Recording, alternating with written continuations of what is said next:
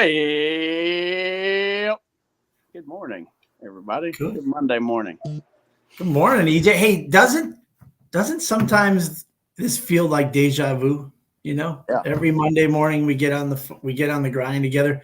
How long has it been? Have you kept track? Has it been 2 months since we've been doing these grinds together? Oh, it's been more than that. But this is twice today. This is take 2. So Doug probably didn't want to say that. So we did this whole thing. We hit the countdown music, and I forgot to hit live. And we came on, and we were prattling for 2 or 3 minutes on time. And then I look up to see how many people are on, and I'm like, hey, Doug, let's try this again. Hey, but what we do represents life. It represents our businesses, and sometimes we start off a Monday morning in a wonky way, right? Wonky way. Wonky way.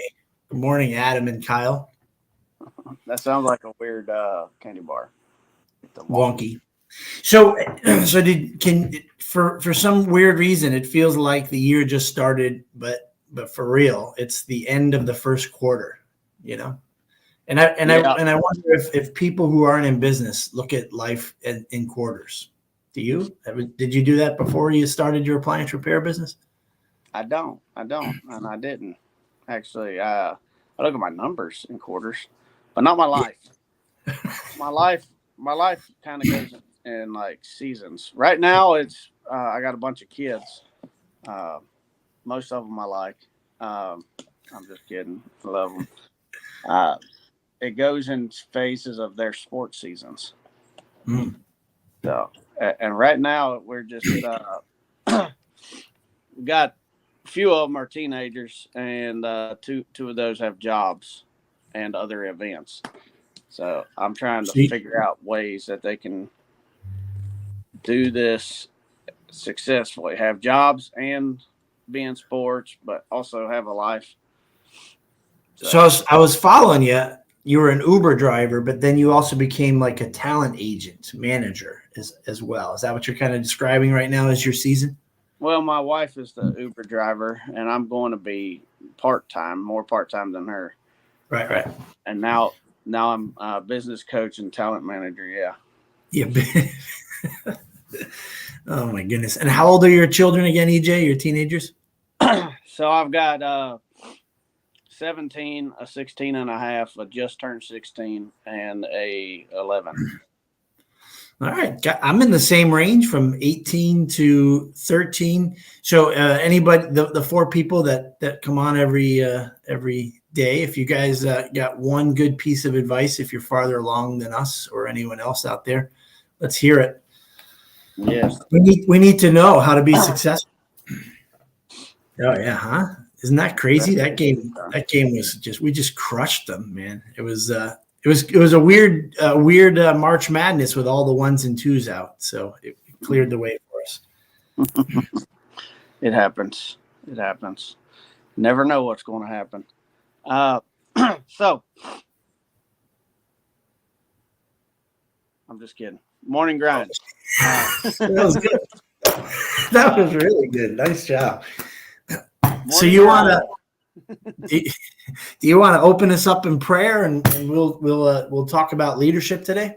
Sure thing. That's what we're talking today is leadership, and we're going to do it real style. So real style. All right. Real style. Dear God, our Heavenly Father, we thank you, Lord. We thank you for this day that you've given us. We thank you for the breath in our body, Lord, that you've let us rise again to live the life that you've given us, Lord. We thank you for those that you've surrounded us with, our friends, our family, all those in our community, Lord. Those 4 or 5 that watch us in the morning, Lord, that they give us some energy, and we hope that we give them something as well, Lord. We ask you to be with each and every one of us today as we go about our days, our business, and whatever it is we have to do, that it will be fruitful and we'll be prosperous and we will have pleasant interactions, and anything that you put in our way, Lord, that we would do it according to your will, and that they would see you through our interactions. In Jesus' name, amen. Amen. You could tell So, I got a little bit cold. So, EJ, I was thinking about this the other day because my son just kind of plays video games, and I got to kind of coax him out of the house. But when I was a kid, you just went out and played. Oh, that's true. I'm sorry to say that, Saul, but yeah, no Colombian coffee for you. Sorry, it's see now, Kyle always seems to be in sync with what's important, and you got to cherish those moments, So that is so awesome. Yeah. Oh, that's cool. Yeah. So, all right. So Joe is going to be our mentor for handling teenagers. Joe's a little farther along than us. So, yeah. So growing up, EJ, do you remember, did you have a group of kids that you hung out with in the neighborhood day after day, season after season, winter, summer, played games, stuff like that? Yeah. Was there like a leader, one or two leaders of the group of kids that hung out? Kinda. Yeah. I mean, the groups that I hung out with, we were not the influential type, not positive influential. A misspent youth is how I like to say it. Got it. But there's types of leaders. The ones that influence and get people to follow them, right? Well, they can be good or bad. So. Well, for sure for that. But it's just amazing to me that wherever two or more gather, right, somebody tends to be a leader. And as you kind of referred to, some could be a positive or potentially a negative influence, and but I think it must be like human nature that somebody's kind of got to rise above and coordinate and organize. And so, we take that to this level of the business that we're in right now, right? We're all in the appliance service business. Yeah. And, whether we think about it or not, Sandlot. See, that was almost the way it was for me growing up as a kid. So all of our businesses have leaders in it, and it's important to think about what type of leadership that we have, and so today what I thought we could talk about, inspired by something you sent me, which is the difference between an ordinary leader and an extraordinary leader. And so now you've been in business about 2+ years, right, EJ? Full-time for full-time. Yep. And then prior to that, you had a chance to lead in a bigger company, an area, right, with some people in it. Yeah. And can you think of like I know it's on the spot, but can you think of like one thing that stands out that you kind of learned as a leader that's effective and helpful? Your go-to leadership moment. What is that?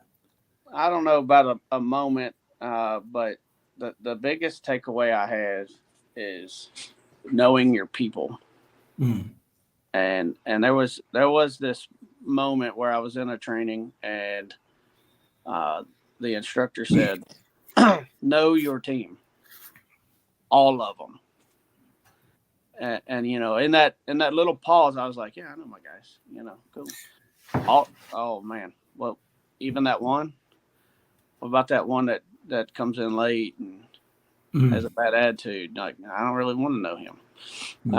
But the biggest strength that I have learned and used in leadership is knowing my team, not just personally, but knowing their strengths and weaknesses, and how to build up weaknesses with other strengths, and using the strengths to build up other weaknesses. It really goes both ways. It's not just saying it twice, but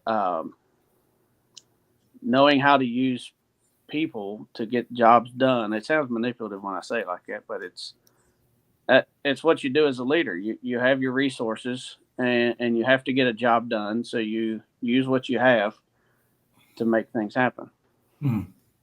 Well, I mean, what motivates them. Well, March Madness is a perfect example, right? UConn coach Hurley understood where the strengths and weaknesses were and had them running like an oiled machine, which took out Saul's team really without any kind of major effort. That was a pretty easy win. But a true leader, I think an extraordinary leader, is exactly what you described. So let's just proclaim this, that EJ is an extraordinary leader day, because it is about recognizing your people and empowering them with their gifts, right? Utilizing their gifts and then giving them the A-OK to use them to make the company better, right? And then to be able to come alongside them and recognize their weaknesses. It can be challenging. And, is there a technique for you when you know you've got to speak to one of your team members, either in your past job or at EJ's, where you're trying to get through to them to help them take on that responsibility of their weakness? Can you think of like your approach to that? How do you do it?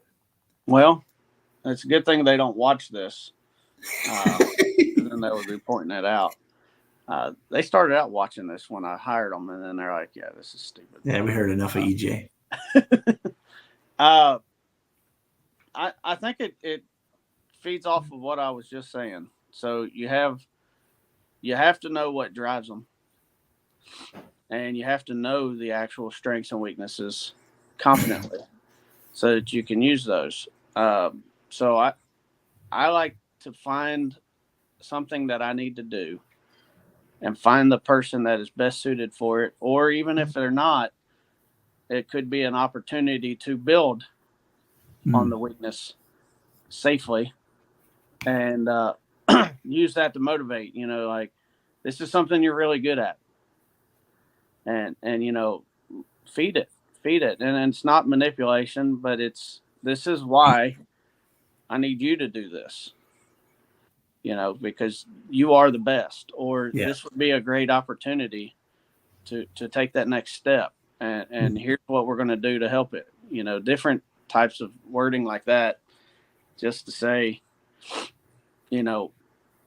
I think the why matters. And when the why is real and sincere, not, well, you're the one on this shift, or you're the one in this area, but this is why I think you are capable of doing this, or the best person to do it.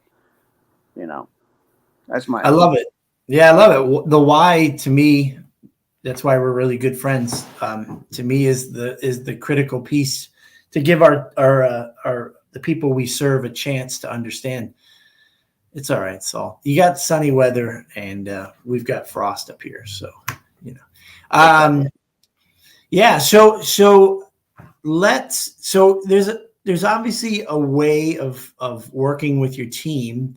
And again, you sent this very inspirational article to me that kind of talked about ways to develop people's potential.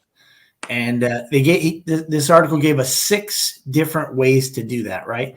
And the first one was ask questions, meaningful, purposeful kind of dialogue that not only develops skills and knowledge, but also like discernment and decision making.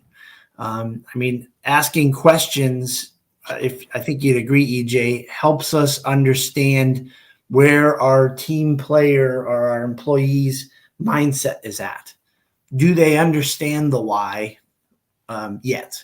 Or have we failed in communicating that well? So is asking questions, is that a style or approach that you use, EJ? Yeah, as soon as you said it, it kind of hit me.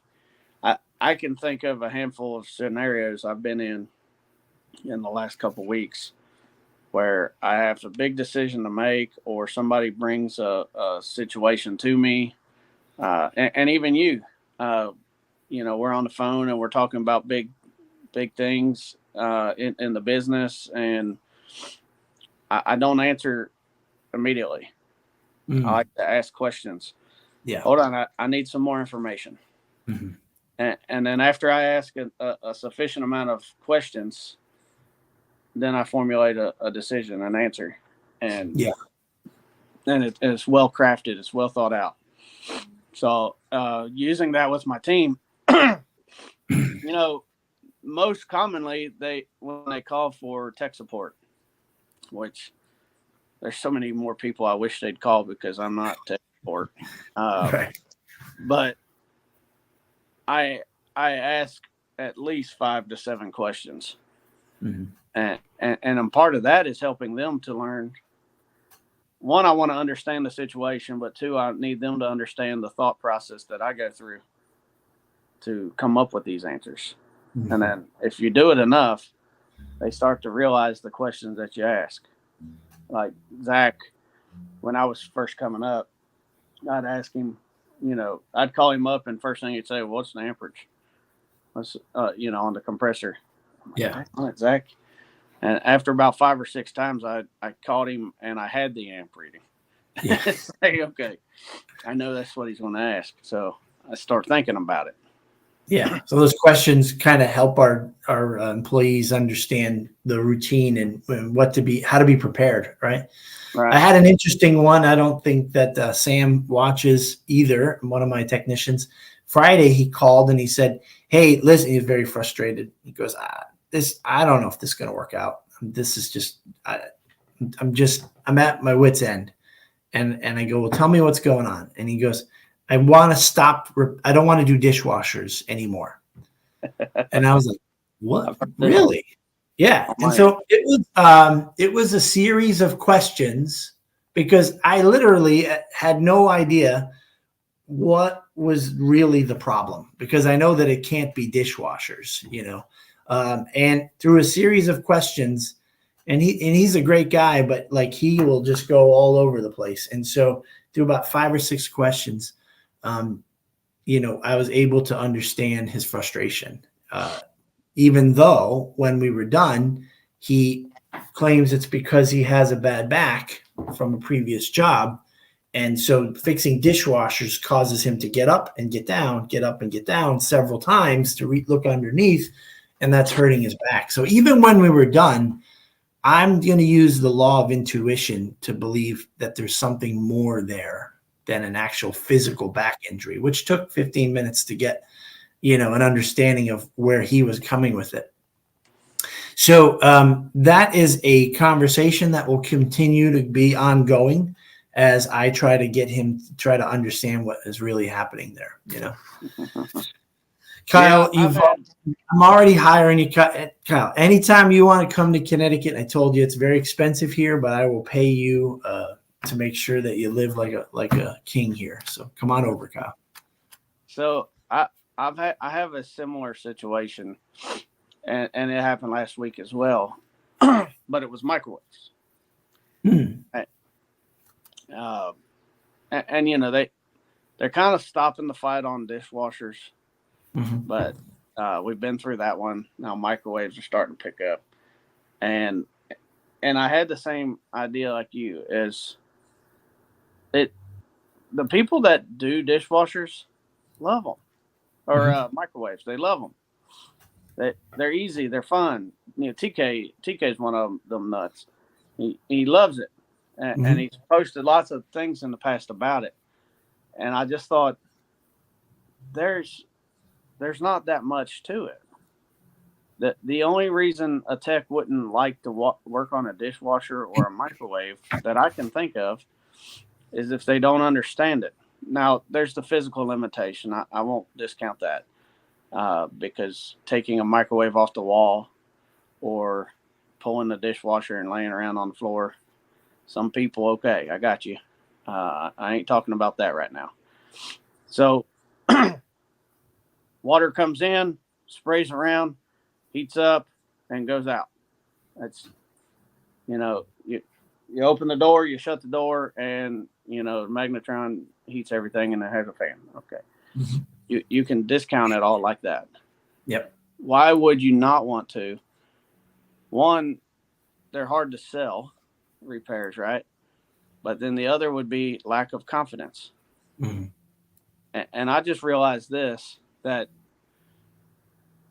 we've not done any training on microwaves. As I can sit here and say dishwasher or microwaves should be easy, I don't know them that well. Mm-hmm. Therefore, I haven't taught them well, and we don't see a lot of them. So it hit me. It's me. Like Dean says, it's us until it's not us, right? That's right. It's That's me right. until it's not me. It's me. So I went this week and I bought the tools, the test equipment necessary, Mm-hmm. and provided some tips and tricks to troubleshooting and sent some videos. I'm like, here you'll be more successful. So they said, well, I'm not going to like them anymore. I said, I don't care if you like them. I just don't want you to hate them, dread them, and be afraid of them. Well, I mean, you know what I love about that is that, as a technician, feeling comfortable and confident in diagnosing a microwave or a dishwasher could be the issue. But we know that once you have a great process of diagnostics in place, you can tackle anything. That's what you were sort of alluding to. Hey, it either fills, drains, empties, heats, the magnetron. It's a simple process. But once you have that diagnostics down, then it is. Same thing goes for us as leaders. To be extraordinary leaders, we have to have a great diagnostic approach with our people and our team. And, you kind of hit on the second one that the article points out too. So the first one is to ask questions and try to understand their why they're feeling a certain way. And then the second one is to listen closely. And here's something that I know that is true is that when you do that, a lot of people can be surprised because in their lifetime, people may have not taken the time to show the respect and to listen intently. And so on two different levels, the great thing about listening well is you show them how much you care about them, and then you can truly get to the best kind of diagnosing of people, right? And so this will be fun. It's 2023, April 1st. Let's see if we can get to the end of the year where you say, my guys love microwaves and dishwashers. I don't know. We'll see how it goes. But listening intently, which can be really hard, wouldn't you agree, when you've got like 10 plates spinning running your business and you just kind of want the stuff that you expect to go very well and smooth to go very well and smooth. You don't need one more plate, but if it's there, you have to take that time as an extraordinary leader to listen well. Oh man, I mean that's so critical, and I struggle with this sometimes. When I'm in manager mode, and I'm doing all the stuff at my desk, right, and I struggle to focus sometimes. So my brain goes all these different directions, and I have to have the list of things that I'm supposed to be doing in like 3 or 4 different spots. So everywhere I turn, I see what I'm supposed to be doing. And I get back on task. That's how I manage my weakness. So when a tech calls and it's something that I expect that it would have been easy or that they could figure out without calling me, I get stressed. Right? Like, gosh, come on. And it's just the human side, right? Right. So to realize that for that person in that moment, they don't want to call me, but they had to. Yeah. They felt like they had to, and it's an emergency to them. Kind of like if you're taking a call from a customer and they're like, oh my God, my dishwasher's down and it's not leaking or nothing, right? It just don't work. And you're booked out 5 days and they act like the whole world's going to fall apart. Yeah. And it's like, come on, it's a dishwasher. Wash your dishes. That's right. People did this for centuries. So it's not a problem, but it is a problem to that person. And if you discount their feelings, then they feel unheard and unvalued. Yeah. And that's the extreme part of it. So I have to stop, turn away from everything else I have, take a deep breath, and just focus on the problem that's in front of me. Yep. and then try to get back on task later. But Yeah. I mean, in here it says, and I'm just not reading it as I turn my head over. People feel valued when they feel heard. Mm-hmm. The day your ideas are no longer the best ideas is the day you know you've succeeded in tapping your team's talents. And that's talking about when they have ideas and stuff, but the same thing goes when they have problems. Of course. Absolutely. As a leader, you got to know everybody's problems are your problems. And you got to figure out how to solve them. That don't mean you have to solve them, but you got to figure out how to handle it. That's right. And maybe it's helping them solve their problems. Maybe it's finding the best person to solve their problems. That's right. To help them. But in that moment when it comes in front of you, it's your problem. Sure. And you're describing it like if in a textbook it says, put everything aside and show them how much you care about them, right? It's really hard to do, especially when you're in overdrive and somewhere else, or you're behind in deadlines. And so one of the things that the article talks about is identifying patterns. And I think that when we know our people well, and we know some of the repetitive patterns, we can be more efficient. Kind of like, I just keep seeing this go back to me over the years, learning how to be an efficient technician that was successful to be able to make a connection with the customer, figure out the problem, and do a great job with it. The same thing goes as an extraordinary leader, so maybe we recognize technician Joe is complaining or coming to you about this issue that happened 6 months ago. And so the sooner that we can diagnose what's really at heart, we can start to recognize patterns. We can sometimes cut to the chase a little bit, or just in love and in kindness, start to head asking questions in the direction that we believe their real struggle is, and be able to help them. Yeah. So have you ever found yourself, EJ, where one of your employees completely disagrees with the way you see it, and one of the ways to help them is to challenge their thinking and try to get them to process at a level that closer to where you're at. Does that sound like familiar to you, that you kind of got to try to have these light bulb moments where they come to realize it on their own?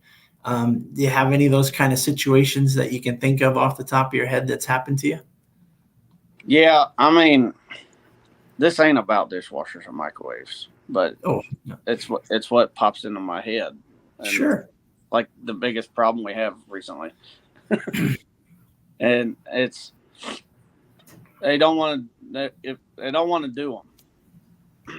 And it comes up a lot, but when I do it, like, what is the problem? Why don't you want to do them? And I get the same answer, and it's, that they're not worth it. And, the different, you can replace it for this much, and nobody wants to buy it. So my firm answer is, we repair appliances. Mm-hmm. They are appliances. We don't seek those repairs, but we do those repairs, right? Yeah. And I've been trying to do different things to compromise, not to take them away, but to add value to those calls, such as more training, more salesy training. Like, mm-hmm. Here's how you sell the value. Here's how you diagnose it better. And, also self-screening through the CSR, letting the customer know an approximate repair price, mm-hmm. so that they self-screen themselves. Like, mm-hmm. if they know it's going to cost $250 to $350 on average, and they still book, then you're a little bit closer to being able to sell that repair. So Just things like that is I try to find out what the real problem is by the asking of the questions, listening, and then coming up with something that they may accept as an answer. Well, you'd hate for it to come off like a boss employee or parent child relationship type thing. It's really about collaboration, and so look at Bob. Just that's how you do it. Well, Bob, we'll have to have you come on and you tell us how that fixed it. Either the customers don't want to use your services, or your technicians are like, oh, I make more money now diagnosing it. It's interesting to see how we think it through. But mostly, I think one of the best ways to do it is asking. Well, kind of where Saul's going here is recognize that it's acceptable for a technician to see it from their own perspective only, because that's what you hired them to do, is to be a technician. And so if they do the math in their own head and they say, I don't make money here, or it's so much time in a house and they never go for it, it's a waste of my time. And so the trick here is to challenge their thinking and help them realize that 40 minutes diagnosing a microwave could be, should be, will be, it has to be an investment in a relationship with the customer, so that they'll call you back for the washer, for the refrigerator, for the Sub-Zero. And so this is the long-term, not the short-term game. And that's something that some of your employees may not look at or think about. And so to challenge their way of looking at things and to think about it has some really cool surprises. You might find that I don't want to be a leader. I hear you, Kurt. You might, but here's the deal, Kurt. You might find if you've got 2 or 3 or 4 techs, and you're not just there to spoon feed them when they call you when they have problems, but you get them to change their way of thinking.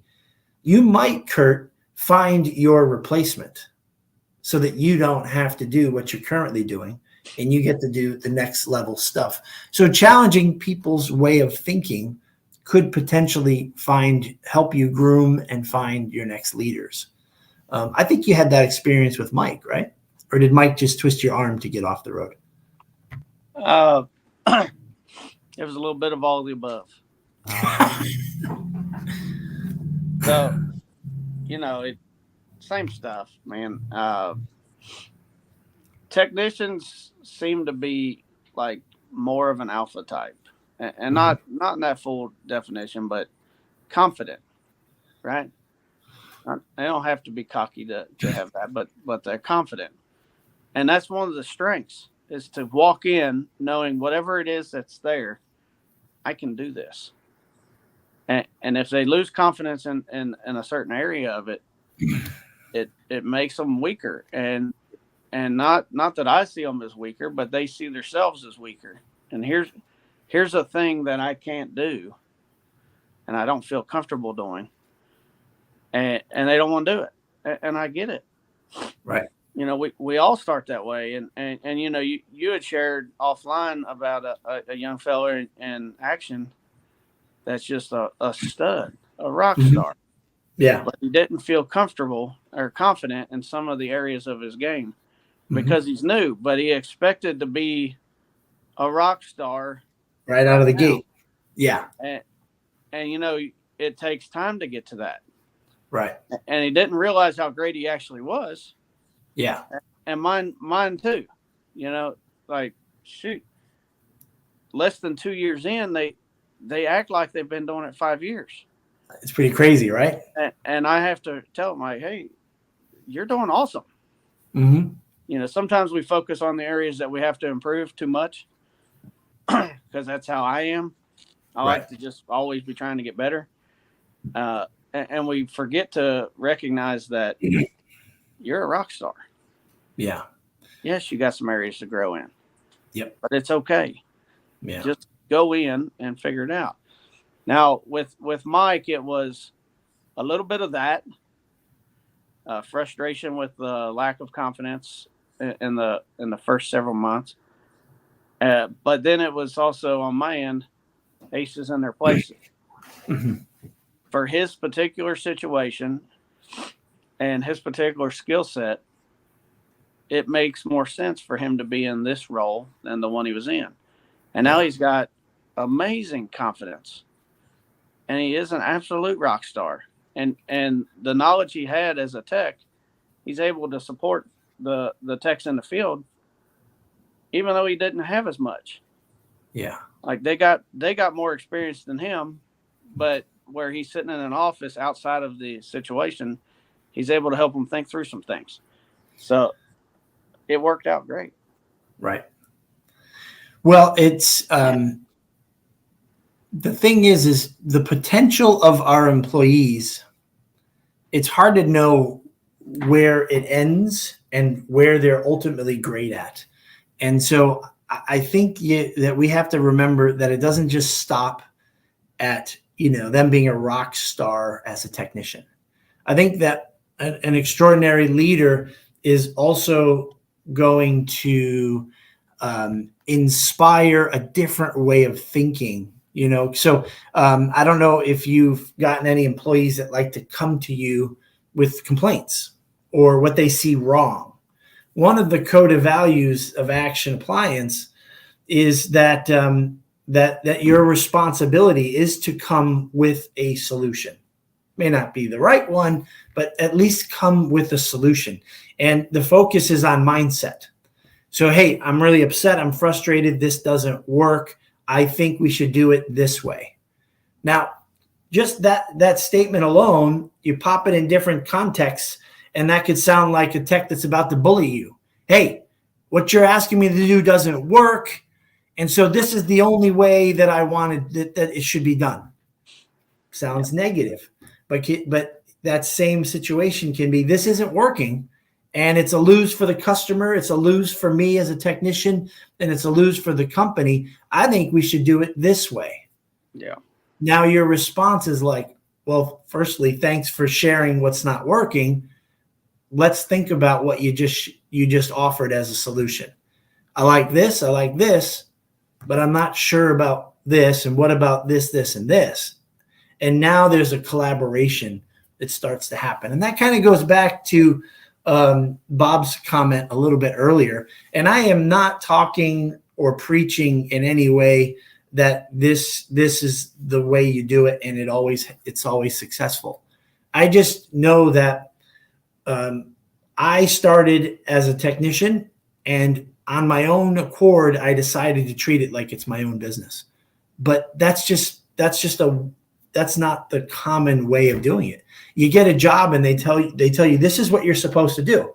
And if you just come to work and do exactly what they ask of you, and you do a good job and you go home, that's good. You did your job, But don't we all, as owners and business owners, want our technicians and employees to be our eyes and ears, to be thinking like an owner, to be watching and listening and coming back with feedback? The only way that happens is through a culture of trying to inspire them to think differently, even though it might not be in their job description, and so it's a long process, and it's not guaranteed that it'll happen with everyone. But if you hire 5 and you can get 2 people to buy into that sort of culture of asking questions, coming with a solution, thinking outside the box, it really helps out a lot. That's a great point too, because if you just say, come back with a solution, they could feel dismissed. Of course. Yeah. But if you pair that with challenging thinking, mm-hmm. Give them some ideas and just say, look, this is something that you're going through, and I understand it, and I can appreciate it. Why don't you help all of us and try to think of some ways that we can fix this and accomplish this? Like, we're going to be fixing dishwashers and microwaves. How can we get along?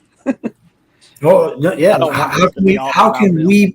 How can we be successful? I mean, at Action, it's talked about all the time. It has to be a win for the customer, the employee, and the company.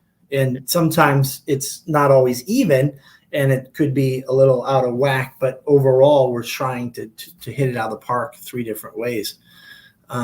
So Yes, you know, point. It's not. This is the good point here.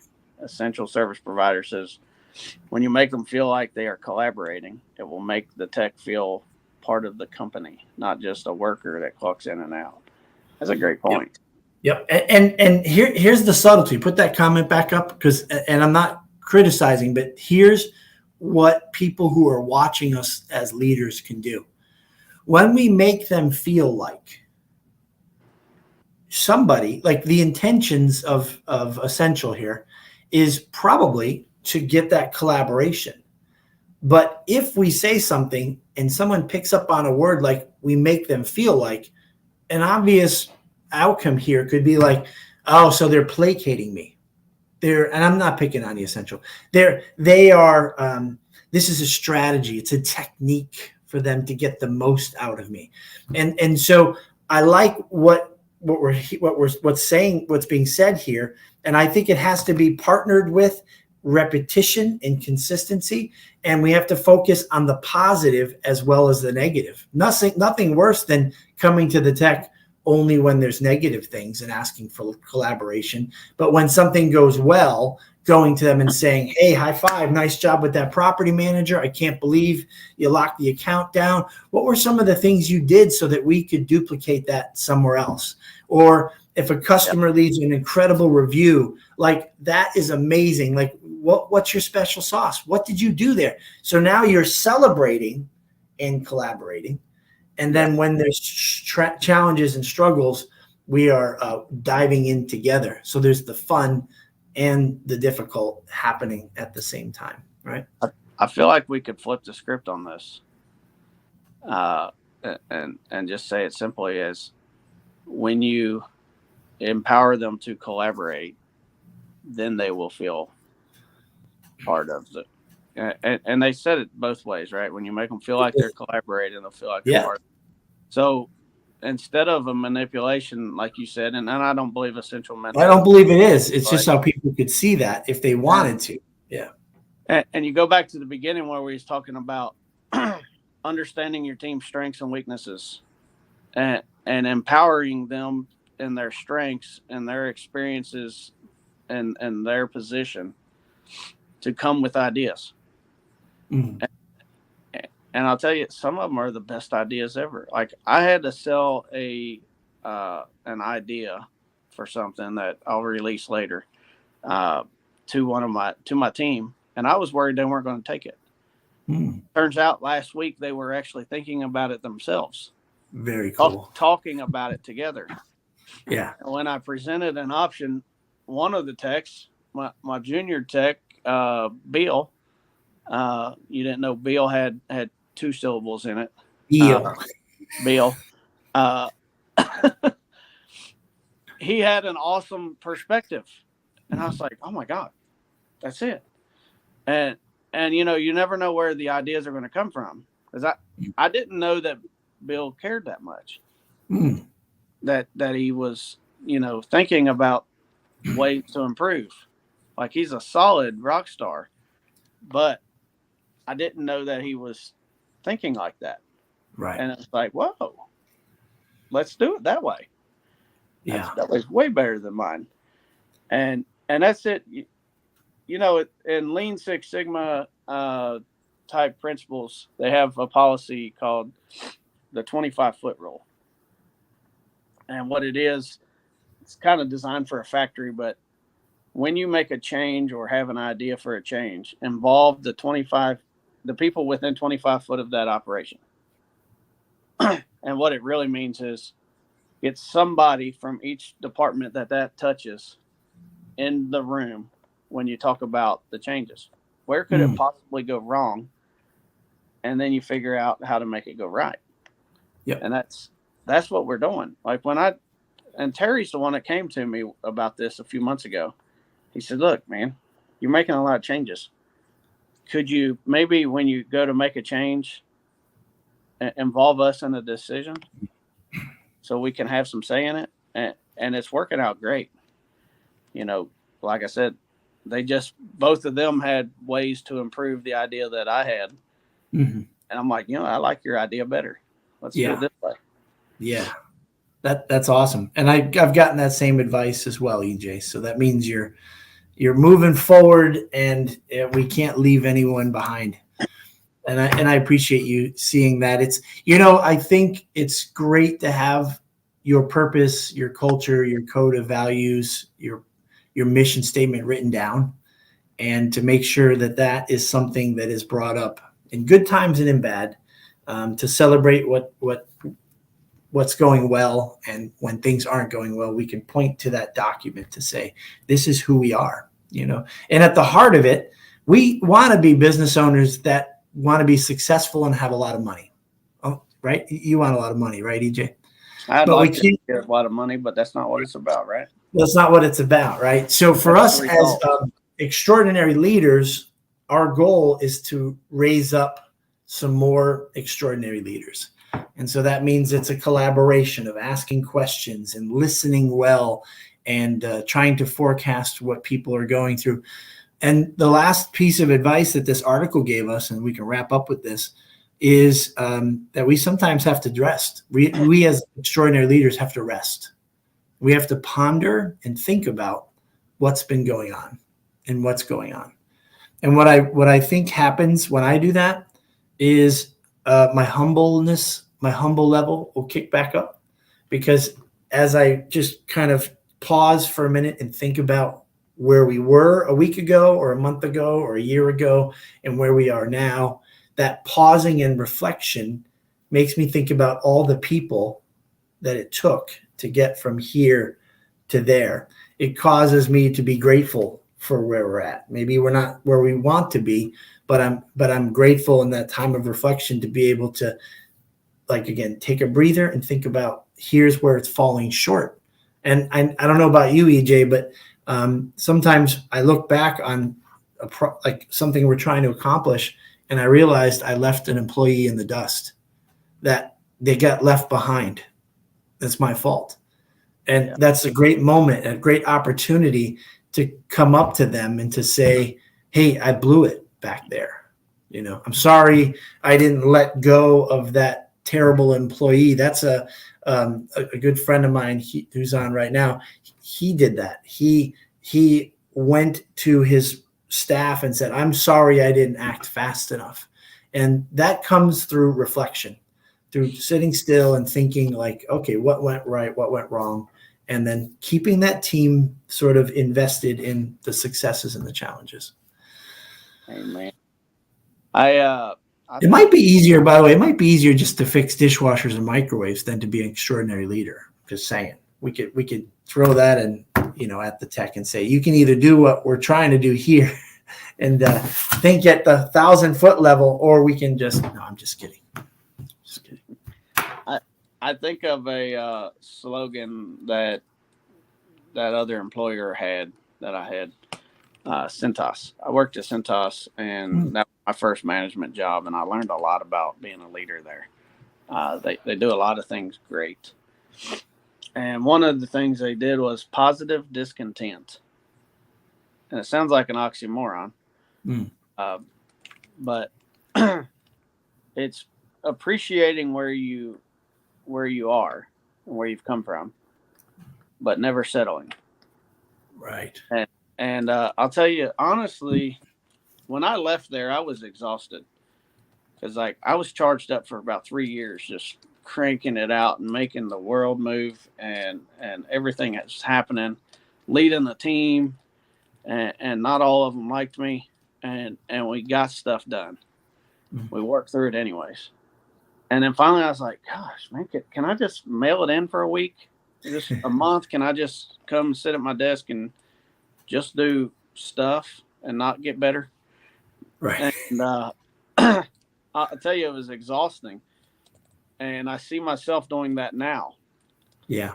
Like, every day. Let's get better. Let's Yeah. get better. Let's get better. Let's get better. And Yeah. and it's exhausting to me, and it's got to be exhausting to the guys. And I'm like, they're thinking, you just asked me this yesterday. Like, leave me alone. I got calls to do. I don't care. Yeah. And we do need to take a pause and just say, you know what? We're crushing it. Mm-hmm. And all I see is the failures that drive me. And it's not all negative thinking, but it's like, oh my gosh, here's a hole. We got to fix it. And it keeps me going. But man, taking that time to just say, yeah, we're doing it. I can really resonate with what you just said. Just like hit me between the eyes. I've had people in the past that I work for that it was just never enough, that they were just afraid of what's around the next corner. And I've always been a person that loves to celebrate when things go well, just as much as, beat myself up and try to figure out what went wrong. But if you don't have a healthy balance in celebrating, and, celebration means you stop working and you get happy, you have a beer, you throw a barbecue, you have a meeting, you pause from the phones and the texts and the phone calls, and you bring the employee in and you go, yesterday was amazing. What you did yesterday just really means so much to me, because your decision, your words, was a huge mouthpiece to who we are as a company. And just to pause the chaos for celebration is critical. It juices us up, Kind of funny though, that you're stretching and growing and just like all in at Cintas, and your solution was to leave there and start your own business. Doesn't sound like it. That's irony. It wasn't a direct line. Oh, okay. I had about 4 or 5 years between. Oh, gotcha. All right. But yeah, it is funny, and I've been thinking about that the last month, the irony of it, and it's what I needed. I need to be focused. For me personally, I need to focus on getting better. And when I didn't believe in the improvements that I was having to make, I didn't like it. This is mine. I believe in it. Now, the thing that smacks me is if my team don't believe in it, I'm going to wear them out. Yeah. And they'll think that nothing they do matters. It's not good enough. Mm-hmm. And it's not that. And it's just like what we deal with our kids, man. We both got teenage kids, and I'm sure you're driving yours like I'm driving mine. And I have in the past year tried to take moments where I just take one kid aside and say, I'm proud of you.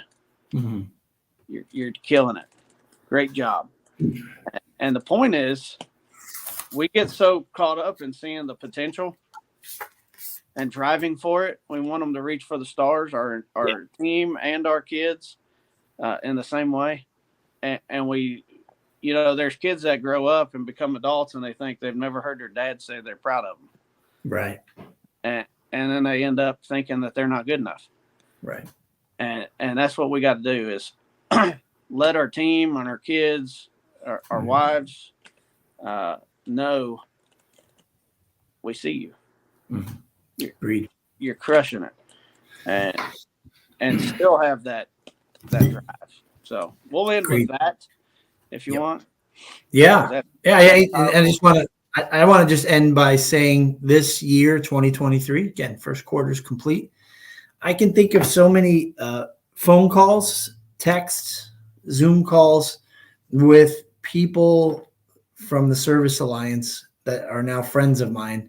And every time I've had interactions, I leave there charged up, supported, encouraged, and grateful to be friends with all of these people. So whether you're listening now or you listen later, if you know me and I know you, thank you for being my friend, and thank you for helping us make the industry better. Amen. We'll see you guys the next time. Doug will be back tomorrow. I'll be back Friday. Mike and TK will be on Wednesday. So tune in for the rest of the week to get your morning grind on. Have a good day.